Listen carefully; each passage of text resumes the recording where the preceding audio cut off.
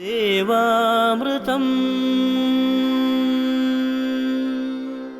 ദേവാമൃതത്തിലാദ്യം ജ്യോതിഷ പങ്ക്തി. ദേവാമൃതം. ഇന്ന് 1194 ആണ്ട് മേടമാസം 3-ാം തീയതി, അതായത് 2019 ഏപ്രിൽ 17 ബുധനാഴ്ച. നക്ഷത്രം ഉത്രം. ജ്യോതിഷ പങ്ക്തിയിൽ ഇന്നും നമ്മോടൊപ്പമുള്ളത് സർ ഡോക്ടർ പദവികൾ ഉൾപ്പെടെ ദേശീയ അന്തർദേശീയമായ നിരവധി പുരസ്കാരങ്ങൾ കരസ്ഥമാക്കിയ 42 വർഷത്തിലേറെയായി ട്രാവൻകൂർ ദേവസ്വം ബോർഡ് മേൽശാന്തിയെ സേവനമനുഷ്ഠിച്ചു വരികയും ചെയ്ത ജ്യോതിഷാചാര്യൻ ഡോക്ടർ കുടമാളൂർ ശർമാജിയാണ്. സ്നേഹത്തോടെ ഇന്നത്തെ അധ്യായത്തിലേക്ക് അദ്ദേഹത്തെ നമുക്ക് സ്വാഗതം ചെയ്യാം. സ്വാഗതം ശർമാജി. നമസ്കാരം. ശർമാജി, നമുക്ക് എന്നത്തെയും പോലെ ധാരാളം കത്തുകളിൽ നിന്ന് ഒരു കത്ത് സെലക്ട് ചെയ്ത് വായിക്കുകയാണ് ഞാൻ ഇന്നിപ്പോൾ. ബഹുമാന്യ ശർമാജി, ഞാൻ വിശ്വനാഥൻ നായർ, കോഴിക്കോട് നിന്ന് എഴുതുന്നു. എൻ്റെ മകൻ ഡിഗ്രി കഴിഞ്ഞു നിൽക്കുന്നു. തുടർ പഠനമുണ്ടോ? ഏതുതരം ഉദ്യോഗമാണ് മകന് ലഭിക്കുക? സ്വാഭാവികമായിട്ടും ഒരു അച്ഛന് ആഗ്രഹം ഉണ്ടാവും ഇനി എന്താണ് പഠിക്കാമെന്നും. ജാതക പരിശോധനയിൽ പഞ്ചമഹാപുരുഷ യോഗം എന്ന് പറയുന്ന 5 യോഗങ്ങൾ സാധാരണ വ്യക്തികളിൽ നിന്നും വ്യത്യസ്തമായ രീതിയിലും രാജയോഗം തുല്യമായിട്ട് മഹായോഗങ്ങളിൽപ്പെട്ടതാണ്. അത് കൂടുതൽ പുരുഷന്മാർക്ക് കൂടുതൽ പ്രാധാന്യം കൂടുതൽ ആ യോഗമുള്ളവർക്ക് കിട്ടുമെന്നാണ്. പുരുഷഗണത്തിൽപ്പെട്ടവർക്ക് ഈ യോഗങ്ങൾ കൂടുതൽ ഭരിക്കും എന്നാണ്. ഒരു പക്ഷേ അന്ന് പുരുഷന്മാരാണ് ആ വക ജോലികൾ ചെയ്തിരുന്നത് എന്ന് വേണമെങ്കിൽ അനുമാനിക്കാം. ഇന്ന് എല്ലാ ജോലികളും സ്ത്രീകൾ ചെയ്യുന്നതുകൊണ്ടും ഇത് ചെയ്യാൻ സാധ്യതയുള്ളതുകൊണ്ടും സർവ്വ മേഖലകളിലും സ്ത്രീ പ്രാധാന്യമുള്ളതുകൊണ്ടും ഈ പ്രസ്തുത പഞ്ചമഹായോഗങ്ങൾ സ്ത്രീകൾക്കും ബാധകമാണ്. എന്നാലും പഞ്ചമഹാപുരുഷ യോഗം എന്നാണ് അതിന് പറയുന്നത്. അത് തെറ്റാൻ ഇടയില്ല. ജനിച്ച ലഗ്നത്തിൻ്റെ 4, 7, 10 രാശികൾ സ്വീകരിച്ച് അല്ലെങ്കിൽ കരസ്ഥമാക്കി അല്ലെ പ്രാപിച്ച് മംഗളകാരകനായ ചൊവ്വാഗ്രഹം നിന്നാൽ അത് രുചകം എന്ന പേരിലുള്ള പഞ്ചമഹാപുരുഷ യോഗത്തിൽ ഒരെണ്ണമാണ്. പ്രസ്തുത യോഗം മിസ്റ്റർ നായരുടെ മകനുണ്ട്. രുചകം ചൊവ്വാഗ്രഹം വളരെ സ്വാധീനിച്ചു നിൽക്കുന്നു എന്നാണ്. അതുപോലെ തന്നെ മാളവ്യയോഗം എന്ന് പറയുന്ന യോഗമുണ്ട്. ജനിച്ച ലഗ്നത്തിൻ്റെ 4, 7, 10 രാശികളിൽ ശുക്രൻ സ്വീകരിച്ച് നിൽക്കുക. അത് വലിയ സിനിമാ താരങ്ങളും വലിയ പ്രസിദ്ധിയുള്ള ഗായകരും 1-ാം സ്ഥാനങ്ങൾ തന്നെ ചൊല്ലേണ്ട നടന്മാരും നടികളും മറ്റുള്ള കൂലിക്കാരെ നിയന്ത്രിക്കും സമരസേനാനിയും. അതുപോലെ തന്നെ വൈദ്യശാസ്ത്ര വിശാരദനും ധന്യരാം ചിത്രകാരന്മാർക്കും മാളവ്യയോഗമുണ്ടെന്ന് നിശ്ചയിക്കണമെന്നാണ്. അതുപോലെ ഹംസയോഗം പല എപ്പിസോഡുകളിലും ഹംസയോഗം പറയുന്നുണ്ട്. ഏറ്റവും ഭാഗ്യപരമായിട്ട് ജീവിക്കേണ്ടവനാണ് ഹംസയോഗം. ഭദ്രായോഗം, അതായത് ജനിച്ച രാശിയുടെ 4, 7, 10 ബുധൻ കേന്ദ്രസ്ഥനായിട്ട് നിന്നാൽ ഭദ്രായോഗം. പിന്നെ ശശമഹായോഗം, അതായത് വനപർവ്വത പ്രദേശങ്ങളുടെ അധിപനോ DFOയോ അല്ലെങ്കിൽ ഒരു വനത്തിൻ്റെ അധികാരിയോ അഗ്രികൾച്ചറൽ മേധാവിയോ അതുപോലെ തന്നെ കാട്ടുരാജാവോ ഒക്കെ ആയിട്ട് വരുന്നയാളാണ് ശശമഹായോഗം. അല്ലെങ്കിൽ ആ ഡിപ്പാർട്ട്മെൻറ്റിലെ സമുന്നത ഉദ്യോഗസ്ഥർ.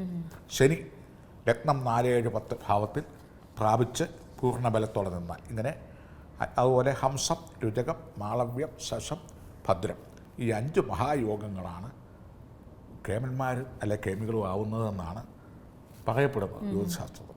ഇതിൽ ഇദ്ദേഹത്തിൻ്റെ മിസ്റ്റർ നായരുടെ മകന് രുചകം എന്ന യോഗമാണ്. അത് രാജ്യരക്ഷ, രാജ്യപരിപാലനം, കുറ്റാന്വേഷണം, രഹസ്യാന്വേഷണം, ഡിറ്റക്റ്റീവ്, അതുപോലെ ക്രമസമാധാന പാലനം, അതുപോലെ തന്നെ അഗ്രികൾച്ചറൽ, ഈ വക മേഖലകളിൽ പഠിത്തമനുസരിച്ചുള്ള ഉദ്യോഗം കിട്ടും. അപ്പം ഏത് ജോലിയിൽ പ്രവേശിച്ചെന്നാലും അത് ഈ വക ഡിപ്പാർട്ട്മെൻറ്റിലായിരിക്കും. അപ്പോൾ അതിനനുസരിച്ച് പഠിച്ചു കൊടുക്കുക. അതുപോലെ IAS, IPS, സിവിൽ സർവീസ് കൊള്ളാം ഈ രുചകയോഗത്തിൽ. ഒരു നഗരം പാലിക്കുക, ഒരു ഗ്രാമം പാലിക്കുക, ഒരു ക്രമസമാധാനം ഒരു നഗരത്തിലെ പാലിക്കുക, അതാണല്ലോ IPS. ഒരു നഗരം പാലിക്കുക, അതാണല്ലോ നഗരാധിപൻ, IAS കലക്ടർ. IFS ഒരു ഫോറസ്റ്റ്. പിന്നെ അതുപോലെ തന്നെ ഒരു കമാൻഡോ അല്ലെങ്കിൽ ലെഫ്റ്റനന്റ് കേണൽ ഇങ്ങനെയൊക്കെ പറയുമ്പം അതുപോലെയൊക്കെയുള്ള മിലിറ്ററി സൈന്യാധിപൻ, രാജ്യരക്ഷ, ക്രമസമാധാന പാലനം, പോലീസ് വകുപ്പ്, ഈ വക മേഖലകളിലെല്ലാം പഠിത്തം അനുസരിച്ച് പ്രവേശിക്കാൻ പറ്റും. അതിൽ നല്ല ഡിഗ്രി ഉണ്ടെങ്കിൽ നല്ല പോസ്റ്റ് കിട്ടും.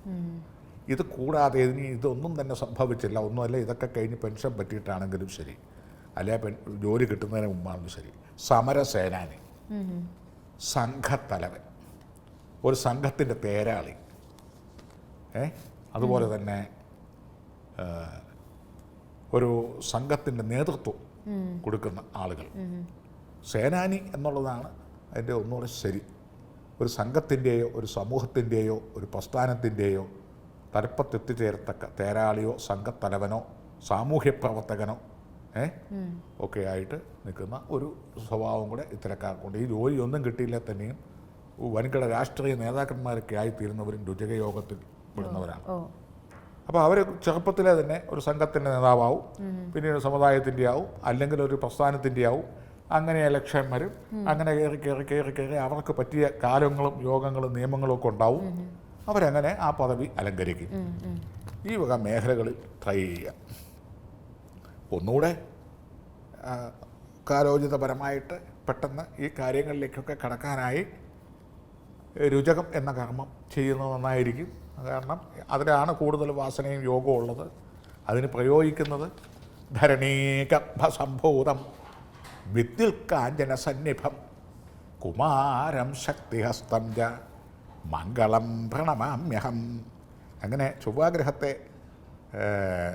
പ്രീതിപ്പിക്കുന്ന, പ്രശംസിക്കുന്ന, സ്തുതിക്കുന്ന ധരണീഗർഭസംഭൂതം വിദ്യുൽ കാഞ്ചന സന്നിഭം കുമാരം ശക്തിഹസ്തഞ്ച മംഗളം പ്രണമാമ്യഹം.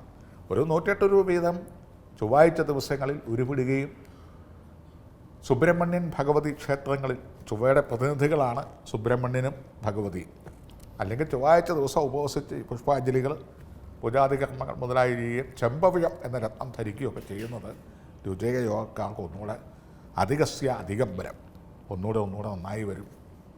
ഇപ്രകാരമൊക്കെ ചെയ്ത് പോവുക, നല്ല നിലയിൽ വരും.